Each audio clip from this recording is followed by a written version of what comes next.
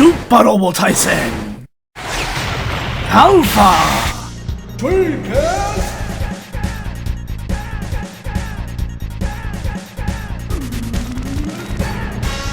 It's your boy Zappa King the Giant Robots, and welcome back to Super Robot Wars Alpha Dreamcast.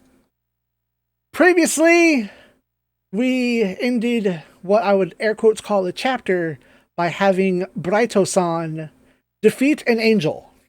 That's not canon. That shouldn't be happening. But this is what Super Robot Wars does.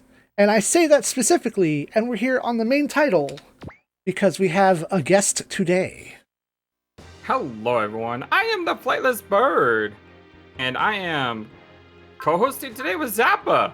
We just got done finishing Parasite Eve, and Zappa was like, hey, come watch some giant robot fighting wars with me, and I was like, sure, why not? Sounds like a lot of fun. I don't know Japanese either, so Zappa is going to do a wonderful job of not only walking us through the game as if you also don't speak Japanese, but also teach me a little bit about Super Robot Wars, and you at the same time. It's going to be a lot of fun. I'm excited. Awesome. So, this is the screen that you will be most familiar with throughout the game.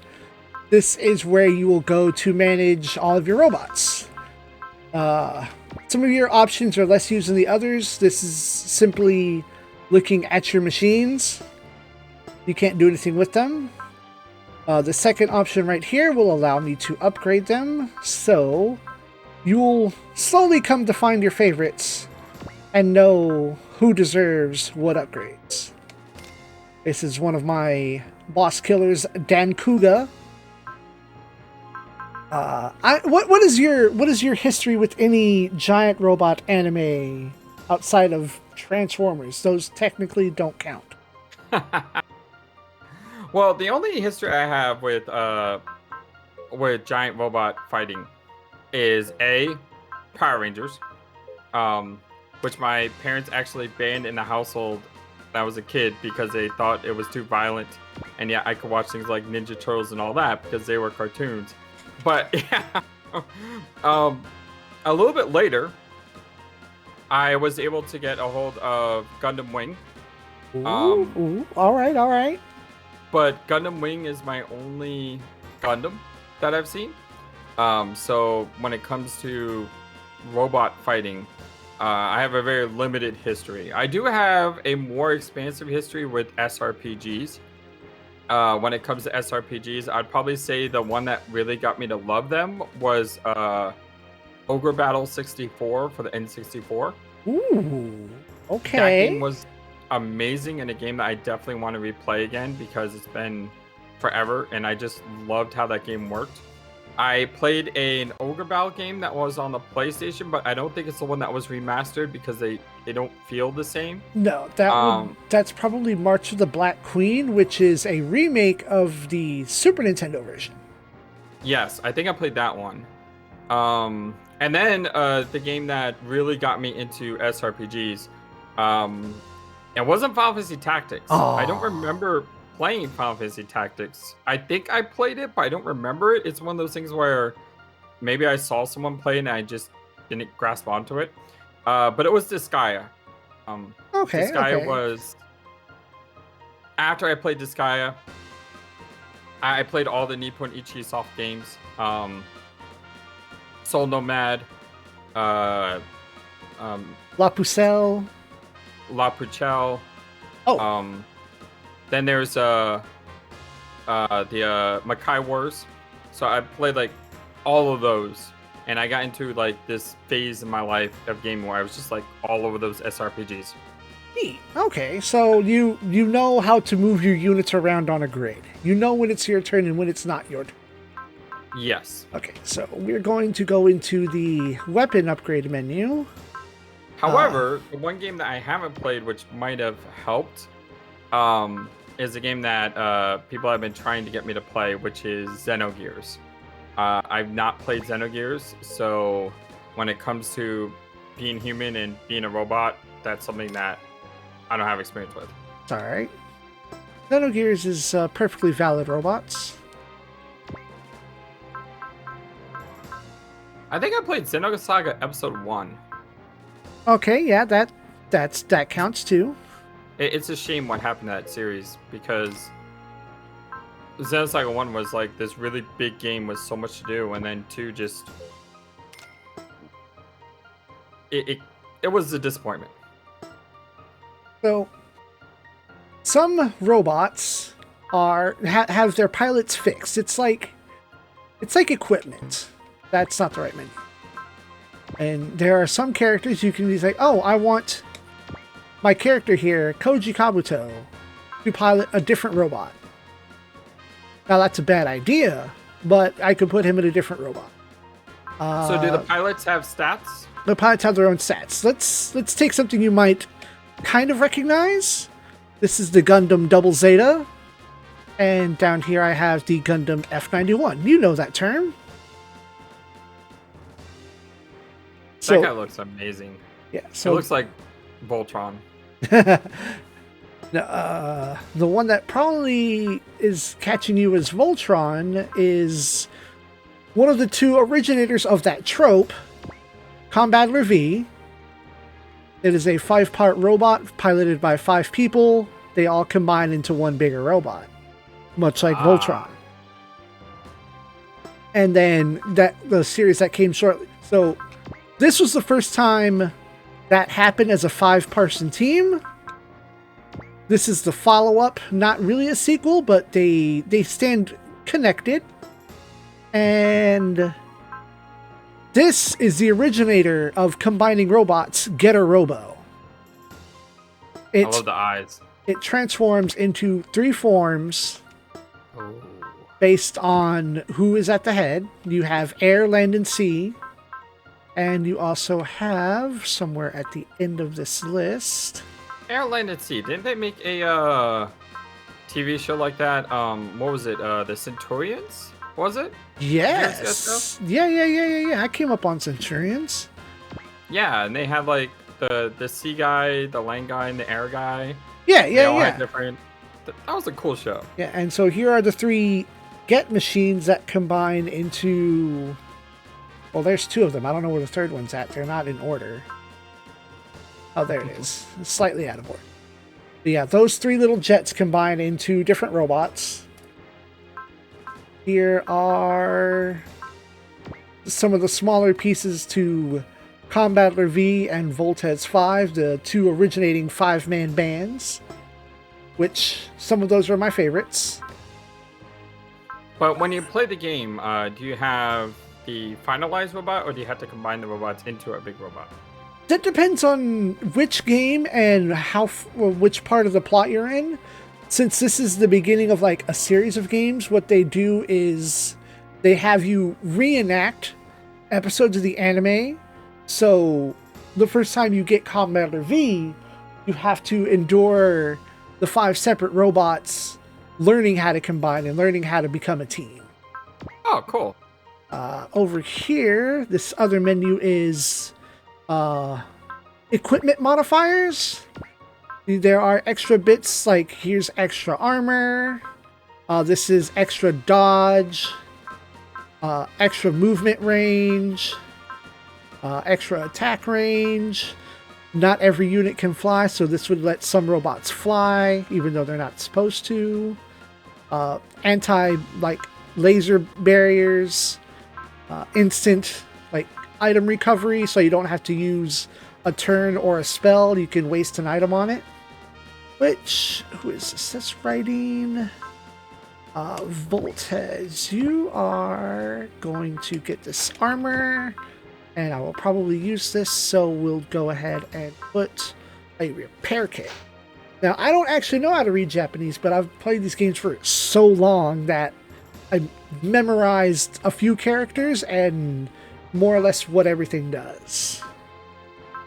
It's weird because it's almost like you don't know what it says, but you know what the meaning of it is. So instead of your brain translating the text, your brain translates the image of the text into your brain. Precisely. Like, this character's name, it reads across the line, it says Dankuga. I know the HP is 5900. The character's name is Shinobu, but I can't read that as Shinobu. You just recognize the kanji. Yeah. But then down here, this robot is called the Metis. I recognize that first character is Me, and I recognize that third character is Su. Me, Tha, Su. And I recognize some characters, but combined in my brain, it's like, oh, I know what that is most of the time, and I don't switch things up. But the important usual menus are upgrading your robots, upgrading the weapons on your robots. Sometimes you want to move pilots around, or some robots even have extra equipment or extra sub-pilots. And what do the numbers mean there? Go back. Here? You know how it says 34? What is that 34 mean? That is the character level. Okay, I assumed that. I just didn't want to assume. And then the HP at the end. And then your other important menu is equipping optional parts. Some games allow you to equip extra weapons and extra robot parts. I don't have any of those yet, which would be here. And then Systemu. I don't really mess with these. Seivu, Rodo, load. And we start the next map. Let's do it. We get a splash screen featuring Mazinger Z. I will say one thing. I may not know anything about this game or the series, but the music you showed me is amazing. It's really awesome. A lot of the songs are straight from the animes that they represent. So when a fight starts, that's the title theme for that show. And then there's a lot of original music, such as this song playing now, meant for the game. Alright. And so dialogue begins. Kenzo is telling Aya that although the R3 is finished, she probably can't withstand combat with the SRX at a current level of TK, telekinesis. Nevertheless, he has to send her to the front line. Aya, his daughter, agrees to go and says that by piloting the R3, she hopes to ascertain her own reason for living, and so that the deaths of her sister Mai and her mother will not be in vain.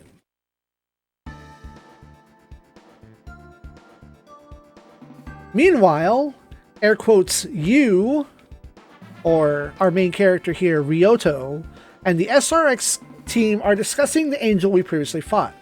We observe that it's almost like their powers are evolving. Ryusei, this guy right here, wishes that he could have gone out, but Rai tells him that the result would have been the same. In any case, the R1 is being modified just like the R2, as it's the Grungust Nishiki, or Type 2.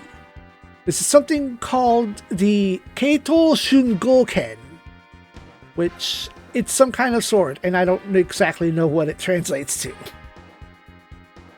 In any case, Ryusei asks Rai if he's seen Aya, who supposedly came here with Banjo. He hasn't. It seems that she's actually the leader of the SRX team and pilot of the R3.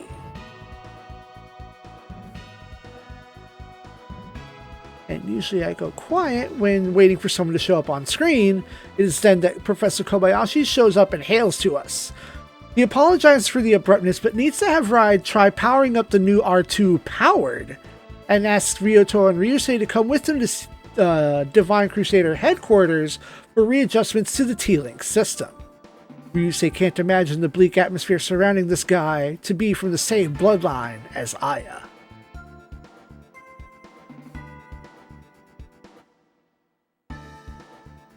Now, fortunately, this author was considerate enough to at least break into paragraphs when scene transitions occur. Yeah, I saw that, but wait, I'm slightly confused about it. Go ahead. He wants to try powering up his new R2 powered? So the original name of the machine is the R2, and it gets an upgrade, and then they start referring to it as the R2 powered. So somewhere in the background, they were already working on upgrading it, so now it's the R2 powered, and they're talking about testing it, turning it on, getting it going, make sure it works. Gotcha. It's kind of funny hearing that paragraph spoken now.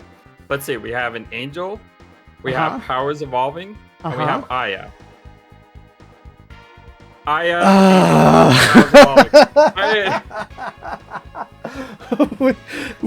Like, my brain is in super robot mode, and none of that clicked until you put it together like that. Which the angels are from Neon Genesis Evangelion. Although the way that they, I guess, I wonder how what they call it in Japanese, because the literal translation is apostle, but in English they call them angels, which I think is a little easier, since what are angels? You know, you've got the biblically correct angel meme that goes about where everything has like 5,000 eyes and floating orbs and stares at you into infinity. What is the true shape of an angel? These are the questions.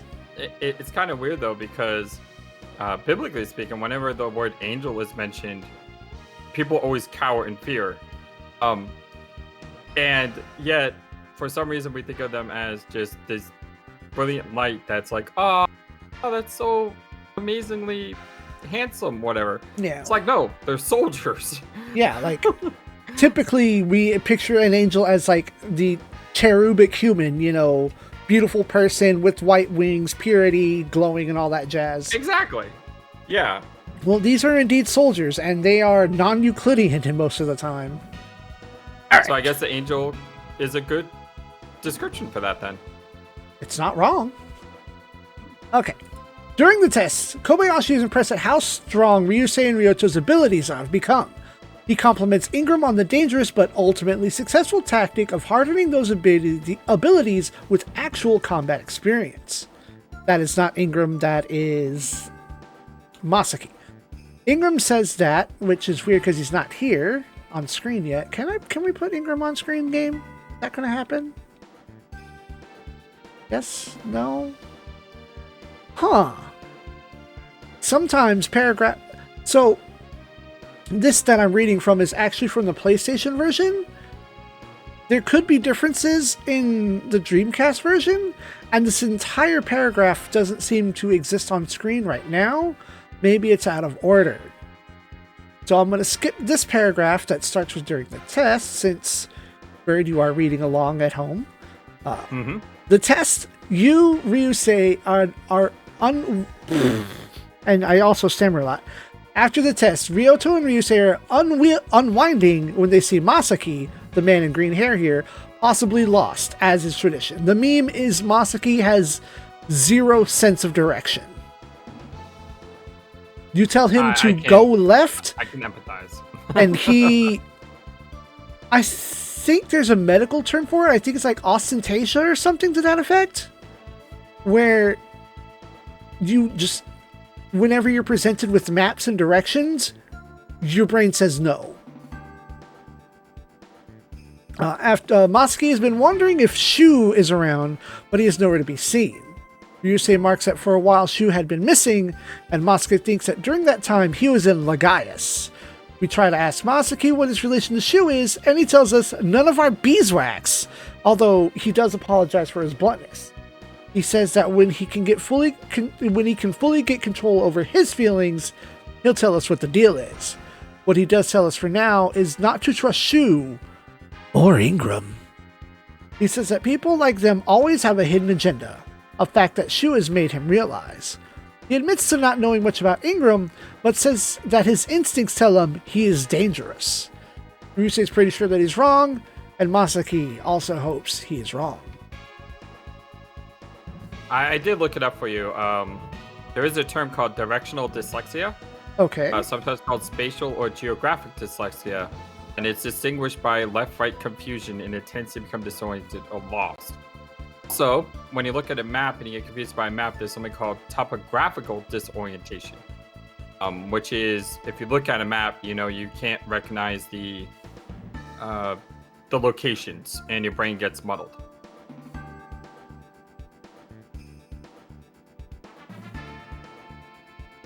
Ostentasia, which is something that's not. Huh. It's one of my favorite streamers. Hi Tuesday has a condition where he is terrible with directions, and I hear him say ostentasia, and I don't know. Google auto-corrected me to some dwarf from some video game. Anyway, let's see what the next paragraph is. All right. Here we go. Who's on the other side? Okay, so an entire paragraph doesn't exist. Weird. Probably a change from, one version to the next. Ingram, this man with the long hair, gets a transmission from Kirk Hamill, I think. He's got amazing hair, by the way. Oh, Ingram? Yeah, look at that. It looks amazing. Ingram is very special. He is incredibly special. Apparently something bad is up at the Far East base. Someone stole the 2 new H-Series machines, Red and Second. Ingram already suspects the culprit, a former subordinate of his from the PTX days. It's not known why he's done it. In any event, they are branded as traitors, and they may show up on South Italia. Ingram laments that things don't always go according to plan, but thinks that he can actually exploit this. Dun, dun, dun, dun. How is that he's going to send the XRX squad on patrol. But that means... Okay, nope, not yet. Okay, yeah, cool. I can never tell where the transition into the battle scene starts. He's going to send the SRX squad on patrol, ostensibly to guard against various organizations who are after the EOT, or Extra Over Technology, alien tech. Ingram says to think of it to test their machines, and that they have discretionary permission to fire upon any enemies they encounter. Ryan thinks that Ingram's phrasing make it sound like he expects enemies to appear. Ryusei asks Rai how his machine is doing. Although the tronium engine is still usable, or is still unstable, the firepower is greater. Ryusei now has a psychic field just like the Grungus Type 2, plus a new T-Link sword. That's very important. Rai also thinks that, like Aya's R3, the R1 has now been made into a full psychic class machine. Stage 29! Kokoro ni Nenjiru, Mienai Yaiba. A blade harbored unseen in the heart. An invisible blade in the heart. Okay. I will say, you gotta love how Japanese title things, because they sound so much cooler than English titles. Okay, so that's what I did earlier when I was testing. I like to pop it into Google Translate sometimes. 心に念じる見えない刃 That's how I get good at pronouncing it. Like, oh, okay, that's how it's said. Got it. So. Smart. Yeah. All right, Ryusei's asking about the R2. And then Rai thinks that, like Aya's R3, the R1 has now been made into a full psychic class machine. Ryusei thinks that the sword feels like something a super robot would have, and decides to call his new sword Tenjo Tenga Nendo Asai Ken, or the Heaven and Earth Psychic Crusher Sword. Ryusei is a nerd. I mean, think about that though. The Heaven and Earth Crushing Sword. That's a cool name. Like in English, we probably just call it the Sword or Crusher Sword, you know? Mm-hmm. So, Ryusei here, well, let me roll it back a little further. There are typically two kinds of robots. There's the super robots, which you could akin to Voltron, and then there are the real robots, which you could akin to the Gundams and the machines from Gundam Wing. Super robots tend to be larger, have more fantastical powers, and you don't ask questions about how they're made. You don't ask questions about where the weapons come from. They just do. Whereas real robots usually have some kind of deep scientific explanation of them. It's like, oh, they work under this engine and this power source, and it has 300 bullets in this gun, and it has enough energy power for this many shots, and it can go this fast, and there's numbers and applied science. The machine that Ryusei is in is typically a real robot. It has science, it has limitations, it has explanations. Ryusei loves super robots, the opposite. So he likes to think that his real robot is a super robot and names moves, he names his moves. Of course. And you gotta sound your move out as you attack, right? That is correct. If you call the attack name, it makes it better or stronger. Like when you're doing a racing game, you gotta lean in the direction that you're turning. It helps. You put your spirit and your soul into it, and it makes it better. When you jerk up the controller when you're mashing the jump button, you're jumping better. Okay, so let's see. He names his sword. Ryusei asks Ryoto about his new weapons, but he says that he can feel something else approaching, and we're not going to name it right now. It doesn't matter. He's not sure if it's friend or foe, but there is a T-Link response, and that is unmistakable. Ryoto seems to recall this feeling from before, and Rai finally confirms. What's approaching are the stolen H-Series, the Huckbine. Dun, dun, dun, dun. In particular, the Huckbine Mark II and the Huckbine EX. Rai's left hand is hurting as Ryoto realizes that they also have T-Link systems. Huh. I don't remember this. Alas. Comments that the SRX team seems splendid on first sight, and Leona, gasp, says that if they're connected with Ingram, that they can't just be any personal trooper. The reason why this is a big gasp is because Leona has been missing since the first episode. Uh-oh. And when you begin the game, you choose two characters. You choose your main character, and then you choose a character of the opposite gender, which is labeled in all forward-going literature as the lover or love interest. Okay.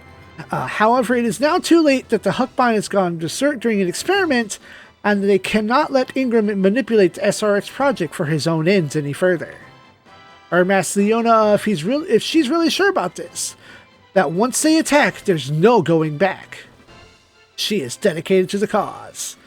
is sorry for making her go along with this, but if she had let Ryoto participate in the SRX project back then, her nerves would have been fried by the excessive stimulation, and that man also thought of her as nothing but a sample. She also says not to mess with the Grungus, that she'll take care of it herself. He really just wants to avoid contact with the two pilots. So, as I was reading that, I had to gender flip that, because the original writing was chosen as a female main character and thus a male love interest. So sometimes I have to flip things. So this guy's name is Hiram? Yeah, IRM, yeah. It is short for Irmguld. And that is Leona, although you can't very well tell that that is a female with the pilot helmet on. So, time to fight it out. Alright, let me slide some windows back in a different order. There we go. It's everything good. So I have several goals in this stage and things that I must not do. First off, don't shoot either of them down. That's bad. That's a bad move. We can also... This is the R2 powered. It has more guns and more armor on it. And... doesn't look like it has any more moves. Over here... is now the R1, but all they did was add our new sword, the Tenjo Tengen Nendo Hasai Ken. I can't wait to use it. It's a sword. It has... So I'll get to that in a second. I'll get to that when it comes time. So when you select one of your units, typically the first option is always move. If you have the option, the second option will be attack, but right now that is to bring up your spell list. Your spells have varying effects such as guaranteed hit, moving further, extra damage, double your experience, and don't get hit at all. There's a move that lets you just double your experience? Yes. Do you have to hit with it? You have automatic. You have to make you cast it, and that is a buff that is on your character until your next experience gaining action, which could suck if you don't get the kill and you only get like, oh, you didn't get the kill, you get 10 experience for doing damage, so you get 20. Or you get the kill and instead of getting 300, you get 600. He has improving his accuracy and dodge rates, guaranteed hit, move faster, extra damage, and characters in this game have a morale. The higher their morale, the more damage they do, and it also lets them use certain attacks. We've got guaranteed hit, dodge, accuracy and evasion up, go fast, and extra damage. So they really all have the same kind of stuff going on. The third option here is a transformation. You see now we have a big humanoid blue robot, or we have kind of a fighter jet looking thing. This is weird. Which allows us to move over water. I downloaded an app that like translates based on pictures I can take. Okay. And that third slot there that you were over translated as infertility moving deity power ability. Wait, this? Yeah. It may be a mistranslation of the app, but it says infertility and then quotes moving deity power ability. What app did you download? Because I'm using Google Lens, Google Translate with Japanese to English, and even that alone, wait. It's doing some stuff sideways. It says move, spirit, change, deformation, and I guess it's reading it downwards because it does say fertilization ability 2. Now this one's better. It says moving, invocation, transformation, and ability. Yeah. Had to zoom in to get it to translate better. Yeah, I mean, machine translation do what machine translation gonna do. Because it'll also try to read the characters downward. Now this, yeah. So this last option is just like that's your stat screen. If you're ever unsure about something. So, wait a minute. Whoa. Are you underwater or not? Oh, hold up. You have VTOL or something?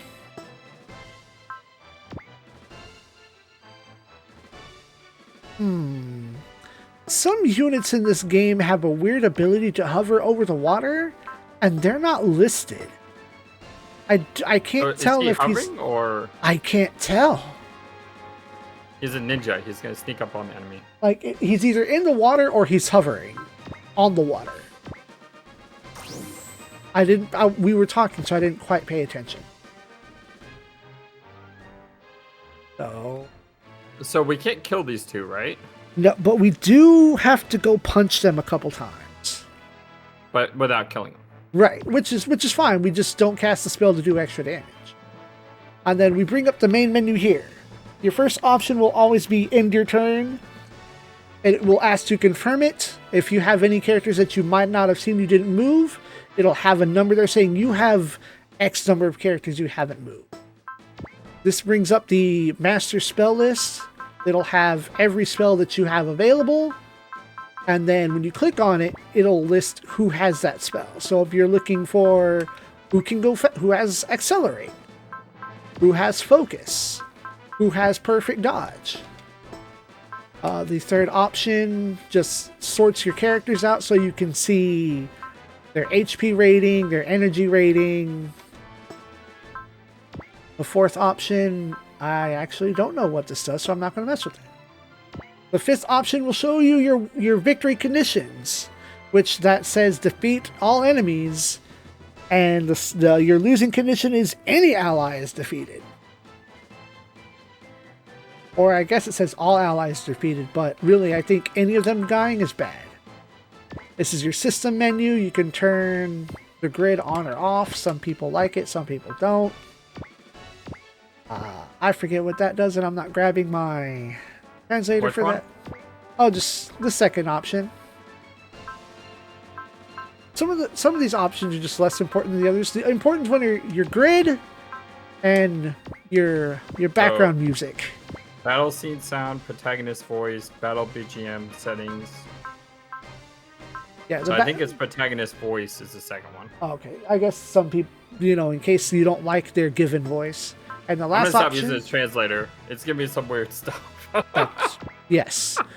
And the last option is making a battle save. You can save in the middle of a battle at any time, just in case you have to go away, or you don't like the results you get. But does the save delete when you load it? No.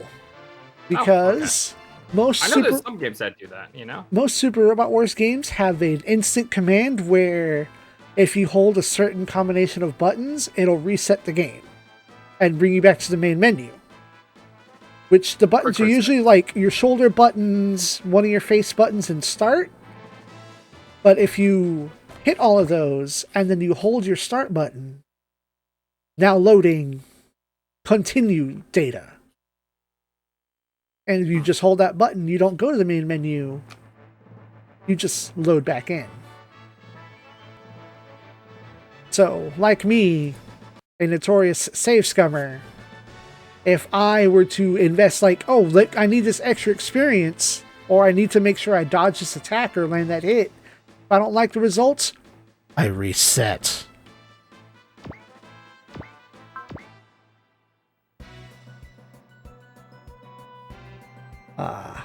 On the round 2, Rai confirms there's a weapons lock. They are hostile. Ryoto says they know the pilot of the Blue Machine, but cannot figure out why Leona, who's been missing, would be here in the stolen Huckbind. They're coming right for us. So. They're coming right at us! Shoot him, Ned! So what I'm going to do, to make sure that our guy doesn't die, which is good. I'm going to cast the flash spell, which makes sure that I will definitely dodge. And is it guaranteed, like Mirage from Final Fantasy? Yes, it's a guaranteed one-time dodge. I go over here, and so this first command this is now your attack option. And then you bring up a menu. This is not in Disgaea. This is not in Tactics Ogre, because you're in Giant Robots. You have multiple forms of attack. You've got lasers, you've got punching, you've got rocket punches, you've got big lasers, you've got the new move that they said we got, but we can't use yet, because if you look at the bottom, that 120, that's a morale requirement. That goes up throughout the battle, either as you kill enemies, as your allies kill enemies. Yeah, you build up your morale to a super move. For now, and all those abilities, they require energy, don't they? Some of them don't. So let's scroll through this first one right here. Down at the bottom, you see it requires something EN. That takes 5 energy, and your current is 137. So what you need, it will be on the left, and what you have in parentheses is on the right. This is free. This is free. This requires 40 energy, and this requires 50 energy, but also 120 morale. And you see your columns over here. Your first column, I'm sure you could figure out what that means. The first column? Yeah. That's your power. Yep, the second column is hits, and the third column is... I'm not sure what that means. Okay, so you got the first one. That's your damage power. There's a bunch of math that goes into it. The second column is your range, how far away you can be to use it. And okay, so that makes more sense. All of these are point blank. Except for this Except for the one, one. yeah, I could be, anywhere from 1 to 3 spaces. And then this last column is an accuracy modifier. Haha. So some weapons are incredibly more accurate. Some are deliberately supposed to be inaccurate because either the machine sucks, the pilot sucks, or it's a very like narrow and focused attack. It's like, yeah, you gotta kind of. Now, if it were like a shotgun, of course you would get like extra bonus to it. Now, there's a game I forgot to mention, but this kind of reminds me of it. Is 13 Sentinels Aegis Rim. Yeah, I was wondering why you didn't mention that one. Because I think I mentioned anime, and then you shifted over into tactical RPGs. My brain did weird stuff, but that just hit me all of a sudden. I'm like, yeah, it's like 13 Sentinels. Exactly. All right, you got that vibe, except it's grid-based and not like free move. But now, even though it's free move, there's still a movement system built in. So. Yeah, of course. And so you can see the red squares are where we can hit. What I actually want to do first, hold on. What order was this? Okay, I do need to get my phone back out. Now, I usually don't cut out when I have to translate something, because I'm going to do it anyway. Yeah, you can always pause. Okay, the hero and significant other, and then the rival, and then hero and significant other again. Got it. Okay, so there's an order of operations, and even then, it's not like if I miss it, it's the end. It's just guarantees it later down the line. So we're going to use this boost knuckle to attack. So the important numbers here are on the last row. We don't know anything about their level, their HP, their morale, because we haven't encountered them yet. We don't have any data. But we do know they can't hit me, and I have a 75% chance to hit. Now, if this were a one-on-one fight, I normally have a 75% chance to hit. But I'm in a super robot, and I'm not normal. I also have the power of saving, which is like determination. Our guide suggests that we attack Leona 3 times. The first time, she professes not to have ever met us before. A lie. Gotta fake it to make it sometimes.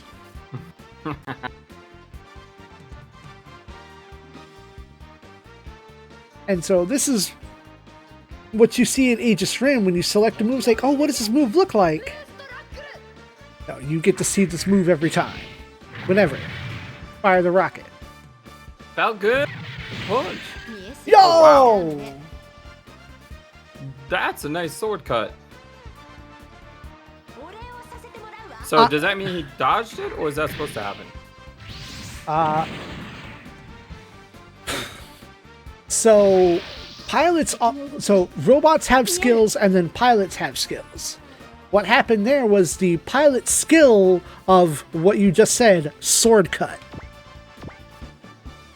So now that we've attacked them, we can see their data, and we can see that Leona has her own spells, has several special moves, and that 4th one, that level 4, that is sword cut. That is the ability to use a sword to either deflect other melee moves, deflect missiles, such as a rocket punch. So you can sword clash, you can cut down, physical projectiles. And that second one, or the third one, is telekinesis, which activates a barrier if the machine has a barrier. And I don't think it does. It might. I can't quite read that. But we haven't attacked this red robot, so I can't even observe it. I'm mashing the button. So how do you hit something that's got all those defenses? Is it % chance to hit? Yeah, so I without the sword cut affecting it, I had a 75% chance to hit. It takes that into account, and then it calculates, okay, is the pilot's skill level high enough to activate the sword cut? which it's not a guaranteed thing. It's like the higher the level, the more likely. I think it's 1 in 16 chance per level. So 4 out of 16. There's a 25% chance that that could happen. And I have to get through that 25% chance. And then I have to get through the 75% chance on accuracy. And she was a genetic freak. She ain't normal. Got it. Okay. I understand if you don't know what Steiner math is. I'm sorry, here's Steiner Max. I'm thinking of some funky math. Yep. Normally you have the 50-50% chance of winning a match. But I'm a genetic freak and I'm not normal. So I have a 75% chance to hit. And she had a 25% chance of cutting it down. Which is weird that those numbers actually applied like that. So this confirms that he is definitely hovering on the water. So how does that affect his movement? So you can see this green area is where he can move. He is unhampered because, you know, water movement is treated like land movement. He's fine. But once it gets over into the trees here, that's when you start paying a movement cost. Whereas, you know, Ryusei here, if I were to move him, he's not hovering. So he has to pay a movement cost in the water or in the trees, unless I have him flying, at which he pays no movement cost for anything. You're in the air. What is terrain? Don't want to land any significant hits here, but we do... Oh, well, I guess you're not doing anything today. Thanks, Rai. GG. No re. So, we did the first step. We had Ryoto fight Leona. I am not going to hit hard, so I'm going to go with the piddly moves, so we can at least see what the Huckbind EX does. And listen to this.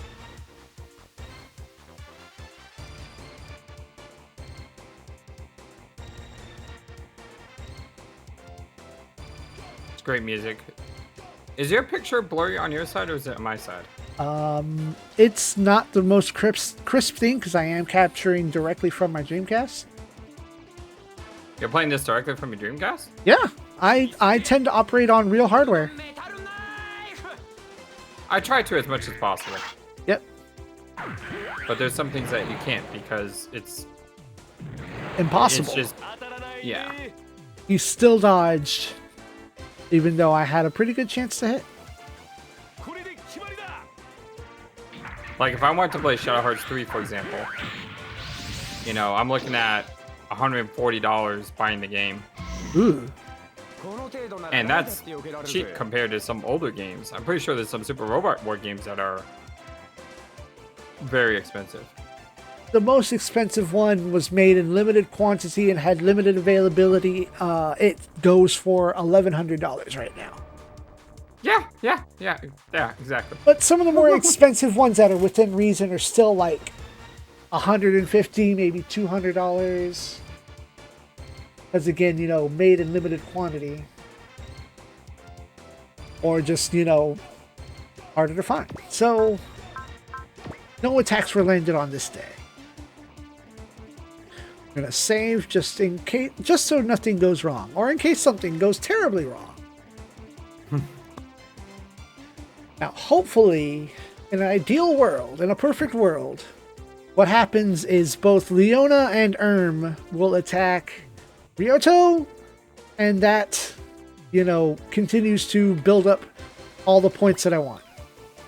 I could have guaranteed that by not bringing in everyone else. Okay, so Leona's going to start. I do not... I want to hit, but not hard. So we're going to try to hit anyway.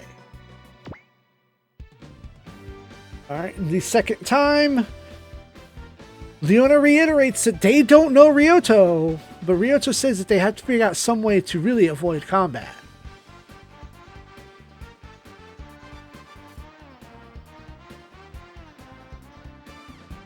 Now, the translation guide says that I have to also attack with the other two characters in order to get the third step, but really that third step is simply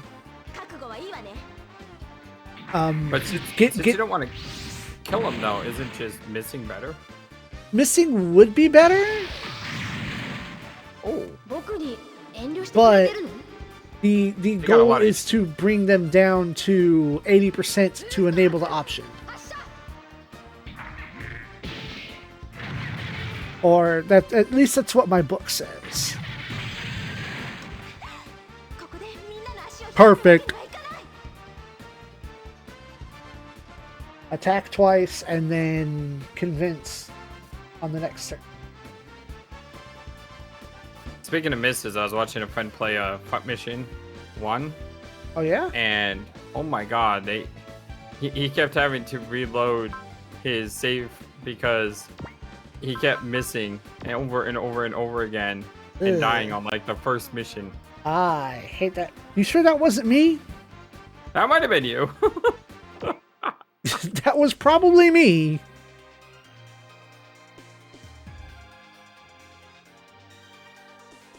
I remember you died a lot over and over and over again. It was just like, ah. Yeah, because I went in cocky and then got my butt handed to me. Yeah, that's probably it. Rip Slasher.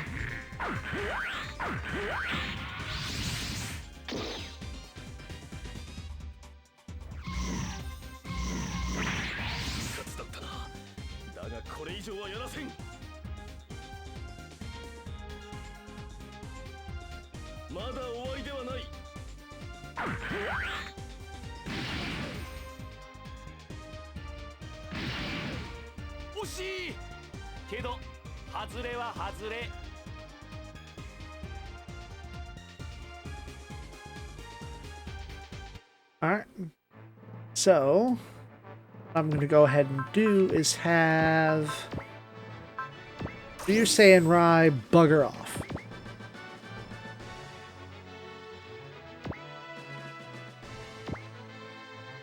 Because there's really no need for them to be doing anything here.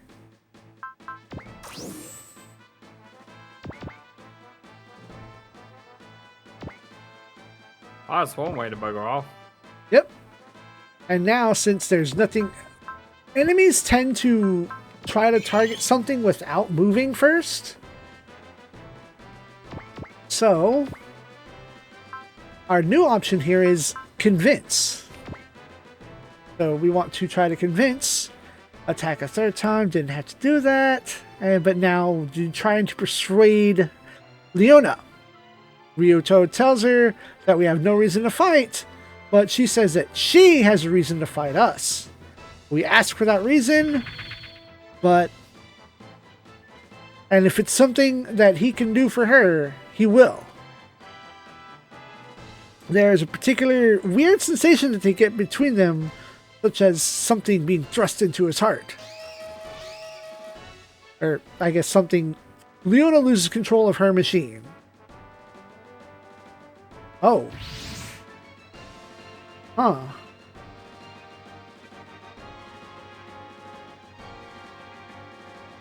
Well, I did that out of order.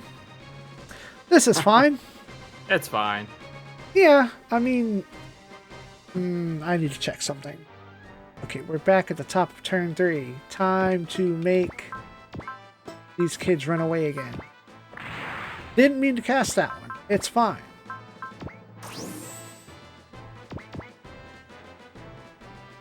Goodbye. Ryusei. Goodbye.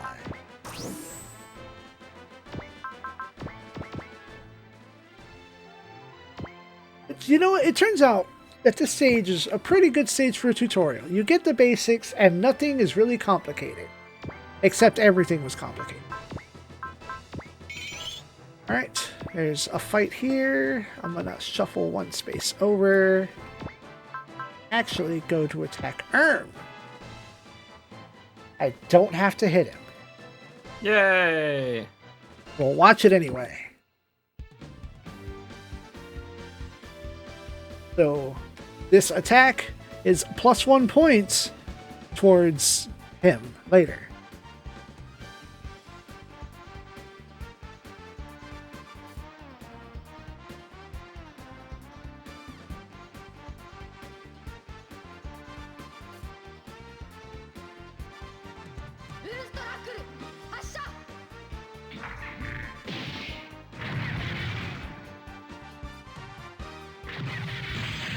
Bonk.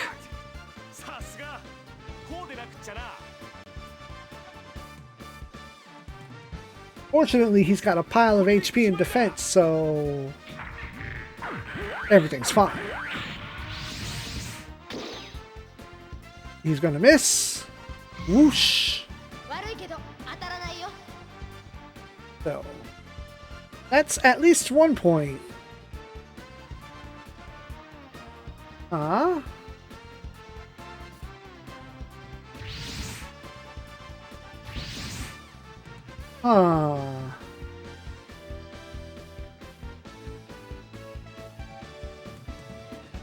Okay, you know what? I'll take that 1 point. This is fine.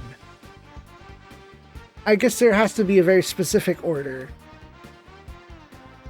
Yeah, probably. Yeah, probably. Oh well. Oh well. It's fine. Quite literally.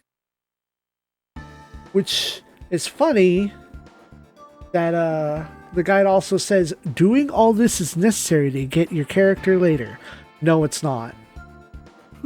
No, it's not. It's automatic. All these points are just for an extra conversation at the end of the game. Like the extra lore. Yeah. After the battle, Aya welcomes everybody back. She apologized for not showing up sooner and that the final adjustments in the R3 took so long. Well, I think that's because it's the plus parts got badly damaged during the operation in China. It seems she will be joining us in the Londo Bell as well.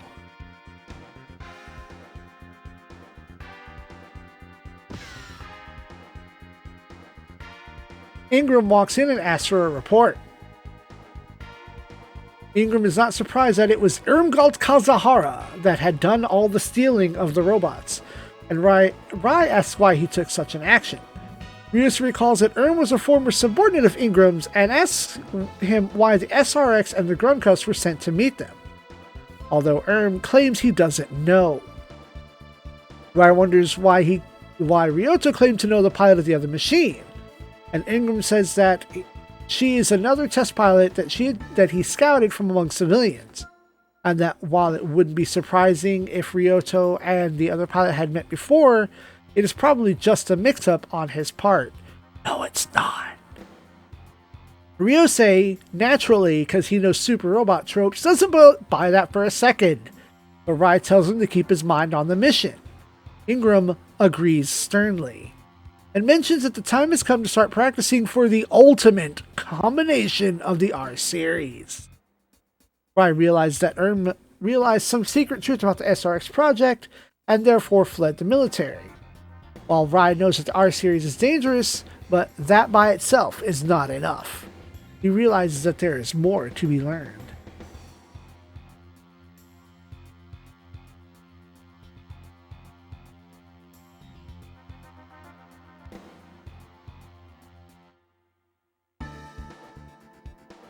Meanwhile, Ryota confides in Koji that Leona is still alive, and they all went to school together. Ryota tells him that about meeting her while on patrol, and that she seems to lack any memories of when they were in high school together. We've already tried checking with Ingram about this, but at the time Ingram has feigned ignorance. Koji is damn sure that something fishy is going on and says he'll check on his own.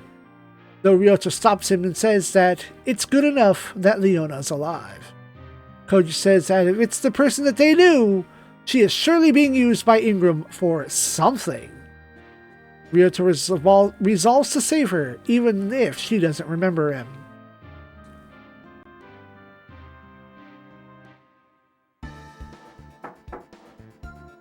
Now, for characters from other shows,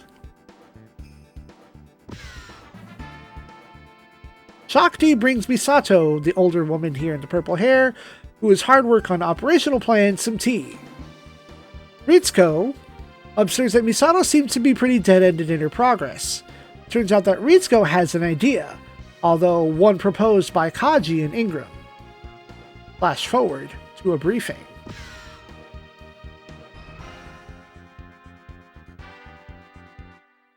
Or maybe flash back? Flash forward. From analyzing the data, there are 2 ways to defeat this upcoming angel. The first is to use the Avas in Synchrony to destroy the 2 separated cores at once. To do so, they would take the remaining time and have Asuka and Shinji trained to be in perfect harmony. Wright's a bit skeptical, but Amuro thinks that they're better together than they look. Misato isn't quite entirely confident herself, but the other way is simple brute force, by using machines both strong enough on offense and defense. That would mean our major machines, the Getter Dragon. Hold on, no, that hurt my head. Those decisions don't quite track. That's impossible to know. Okay. I mean, yes, but what? This would mean to use the machines Getter Dragon, the Billabine, and the Psybuster. Not bigger, stronger robots that do harder, more powerful damage. 2 of those 3 are the correct answer. We get to choose what path we take. Do we attack with the Avas, or do we go with brute force? Ava. Right? That is the correct answer. Huzzah! Now, you can brute force it, and that does result in a different stage and different conditions, but the Ava plan is not only the canon plan, but it unlocks the move. It was a move. I will show you that move at the end of this recording.